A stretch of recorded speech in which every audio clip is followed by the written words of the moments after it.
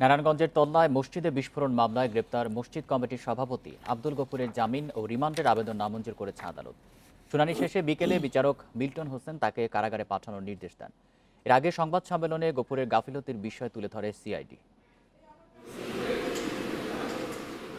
গত ৪ সেপ্টেম্বর মসজিদে বিস্ফোরণের পর মসজিদ কমিটির সভাপতি আব্দুল গফুরকে এলাকা না ছাড়ার নির্দেশ দেয় পুলিশ। ঘটনার পর থেকে সন্দেহভাজনদের তালিকায় ছিলেন তিনি।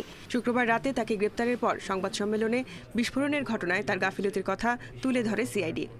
গভীরভাবে কাজ করছি যে কাদের অবহেলার কারণে, কোন সংস্থা এবং কমিটির অবহেলার কারণে এই দুর্ঘটনাটি ঘটেছে, বিস্ফোরণের ঘটনাটি ঘটেছে। এতে আমরা Titas gas transmission and distribution কোম্পানির গাফিলতি পেয়েছি, আমরা ডিপিডিসির গাফিলতি পেয়েছি এবং আমরা মসজিদ কমিটিরও তদ্রূপ গাফিলতি পেয়েছি। শনিবার দুপুরে আব্দুল গফুরকে আদালতে হাজির করে সিআইডি 2 দিনের রিমান্ড আবেদন করলে আদালত তা নামঞ্জুর করে। আর তার আইনজীবীর করা জামিন আবেদনের শুনানি হয়নি। আসামি পক্ষ দাবি করছেন যে উনি অসুস্থ এবং গুরুতর অসুস্থ। এই দাবিটি তাদের পক্ষে ছিল।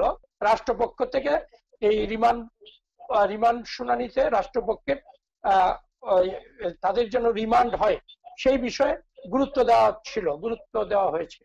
এর আগে তিতাসের 8 কর্মকর্তা, ডিপিডিসির বরখাস্ত 1 মিটার রিডার, 2 ইলেকট্রিক মিস্ত্রি সহ 11 জনকে গ্রেপ্তার করে সিআইডি। বর্তমানে সবাই জামিনে রয়েছেন।